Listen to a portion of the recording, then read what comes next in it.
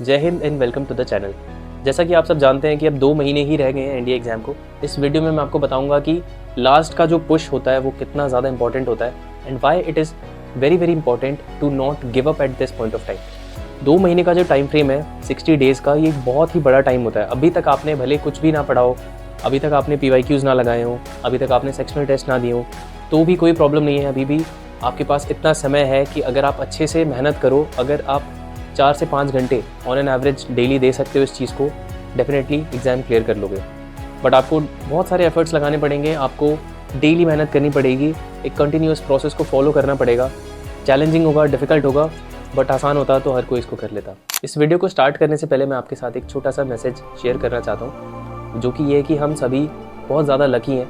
हमें शायद इस चीज़ का आइडिया भी नहीं है कि हम कितने लकी हैं कि हम इन चीज़ों को एक्सेस कर पाते हैं। आप मेरी वीडियोस को देख पाते हो, आपके पास बुक्स हैं, रिसोर्सेज हैं, एक घर है रहने को, पढ़ाई लिखाई करने के लिए चीज़ें हैं। और ये चीज़ें हमें तभी रियलाइज़ होती है जब हम और किसी की लाइफ के बारे में डीपली सोचते हैं। रिसेंटली मुझे अपने गाँव जाने का मौका मिला था और मैंने वहाँ पर ट्रैवलिंग के टाइम बहुत से स्कूल्स ऑब्ज़र्व किए, बच्चों को ऑब्ज़र्व किया, तो मैंने देखा कि उनकी लाइफ में ना तो वाईफाई है, ना तो इंटरनेट है, ना तो अपॉर्चुनिटीज़ है, ना तो उन्हें ये पता है कि वो स्कूल तो जा रहे हैं लेकिन कल को उनको अचीव क्या करना है, कल उनका टास्क क्या है, अपॉर्चुनिटीज़ क्या क्या है इस वर्ल्ड में, कौन कौन से करियर पाथ्स वो फॉलो कर सकते हैं। वो टीचर बनना चाहते हैं कि डॉक्टर बनना चाहते हैं कि इंजीनियर बनना चाहते हैं, उनको ये सब क्लैरिटी नहीं है, ना ही उनको कोई सही इंसान है गाइड करने के लिए। और उनके पास बहुत से रिसोर्सेज हैं ही नहीं। और अगर आप डीपली सोचें तो उनकी लाइफ और हमारी लाइफ में अंतर क्या है? मुझे तो लगता है कि सिर्फ एक लक का ही फैक्टर है कि वो एक ऐसी फैमिली में पैदा हुए हैं जहाँ पे उनको वो अपॉर्चुनिटीज़ नहीं मिल पाई, और लकीली हम एक ऐसी फैमिली में पैदा हुए जहाँ हमें ये सारी फैसिलिटीज़ अवेलेबल है।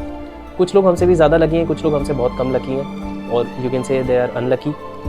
बट हमें ये चीज़ रियलाइज़ करना बहुत ज़रूरी है कि gratitude is very very important. अभी आपके पास जो भी रिसोर्सेज हैं, जो भी चीज़ें आपके पास अवेलेबल हैं, ज़रा सोचो वो किसी के लिए सपना है। आप इस वीडियो में देख पाओगे कि ये जो बच्चे स्कूल में आपको दिख रहे हैं, इनको कुछ भी नहीं पता कि कल के लिए क्या अपॉर्चुनिटीज़ हैं, कल के लिए क्या चैलेंजेस हैं, स्कूल क्यों जा रहे हैं, क्यों नहीं जा रहे हैं। मतलब इनकी लाइफ इतनी डिफ़िकल्ट होती है।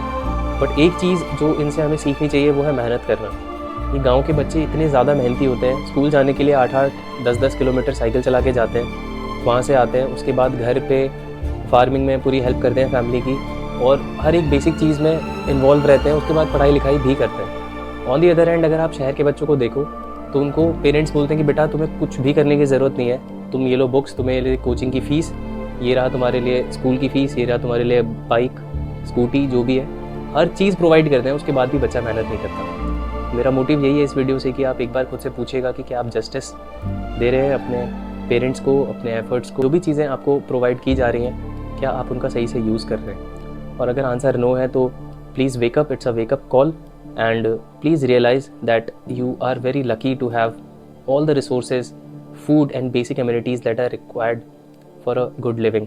On the other hand, there are a lot of people who just dream to have even a part of it. तो इस चीज़ को रियलाइज़ करना, और ये बहुत ही ज़्यादा आपको मोटिवेट करेगा अगले 60 दिन के लिए। अब बात करते हैं कि आपकी स्ट्रैटेजी क्या होनी चाहिए अगले 60 दिनों में। पेपर पैटर्न में बहुत बार आपको बता चुका हूँ कि मैथ्स है और GAT है, और आपका फोकस होना चाहिए 350 प्लस मार्क्स। जो बच्चे अभी तक कुछ नहीं करके आए हैं, अगर आप अभी तक पढ़ाई कर रहे थे तो आपको एम करना है 400 प्लस मार्क्स। इसके बाद आपके पास एक क्लियर रोड मैप होना चाहिए। आपका एम ये नहीं होना चाहिए कि मुझे पेपर क्लियर करना है, इतने मार्क्स लाने हैं। अब आपका टारगेट्स को चेंज करना है। आपको बेसिकली आपको ये रखना है कि मुझे February 15 से February 28 तक के बीच, इस टाइम में मुझे 2 मॉक टेस्ट देने हैं। इस टाइम में मुझे मैथ्स के लगभग 300 क्वेश्चन सॉल्व करने हैं इस टॉपिक के। GT में मुझे हिस्ट्री का ये पोर्शन कंप्लीट कर लेना है। History is not very important, so आप ज्योग्राफी पिक करो, या साइंस का मुझे 9th की पूरी NCERT कंप्लीट कर देनी है। आपके टारगेट्स बहुत ही क्रिस्टल क्लियर होने चाहिए। हर एक 2-2 वीक के लिए आप टारगेट्स बनाओ, ठीक है। टोटल अराउंड 8 वीक का टाइम है, 2 महीने यानी 8 वीक हो गए लगभग। आप हर 2-2 वीक के टारगेट सेट करो कि मुझे ये टास्क को अचीव करना है हर 2-2 वीक में। और उसके बाद जब आप मॉक टेस्ट दे रहे हो तो उसको एनालाइज भी करो। हर 2 वीक के बाद आपको एक मॉक टेस्ट देना है फॉर इनिशियल 1 मंथ। मतलब पहले महीने में सिर्फ 2 मॉक टेस्ट देना है, लेकिन जो दूसरा महीना होगा उसमें आपको हर वीक में एक मॉक टेस्ट देना है। Mock test is basically PYQs करो, सबसे अच्छी चीज़ वही है। तो ये चीज़ आपको फॉलो करनी है, और अपने टारगेट्स को चेंज करना है। जैसे मैंने आपको बताया कि एक्शन ओरिएंटेड टारगेट्स रखने हैं, इतने क्वेश्चन करने हैं, ये टॉपिक कंप्लीट करना है, और इतने पी वाई क्यूज़ करने हैं, बहुत ही क्रिस्टल क्लियर होना चाहिए। ये आपके टेबल पे, आपके स्टडी टेबल के वॉल पे रहना चाहिए, सामने आपको देख के इसको रिमाइंड करना है। और जब भी लगे कि भाई टाइम नहीं है या मेरे से एफर्ट्स नहीं लग रहे, तो प्लीज़ एक बार उन बच्चों के बारे में सोचना जिनके बारे में मैंने आपको बताया कि आप बहुत ही फॉर्चुनेट हैं, बहुत ही लकी हैं। तो इस चीज़ को ध्यान रखना और इन 60 दिन जम के मेहनत करनी है, ठीक है। और रही बात उन बच्चों की जिनके बोर्ड एग्जाम्स हैं, आई नो कि थोड़ा सा डिफिकल्ट है आपके लिए, but my advice is to focus more on the board exams. Science stream के स्टूडेंट है तो ज़्यादा फोकस उसी पे करो। इंग्लिश और जीएटी ही आपको अलग से प्रिपेयर करने की ज़रूरत है। और 2-3 चीज़ें साथ में लेकर चलोगे तो ऐसा होगा कि कहीं के भी नहीं रह पाओगे। तो इसको प्लीज़ खुद से एनालाइज़ करो कि क्या ज़्यादा इंपॉर्टेंट है मेरे लिए।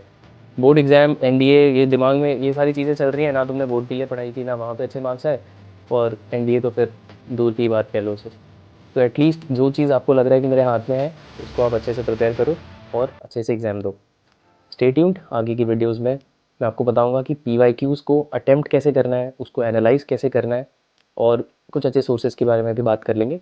But for now, please wake up and make sure that for the next 60 days you grind yourself and make the best out of the time available. Thank you and Jai Hind.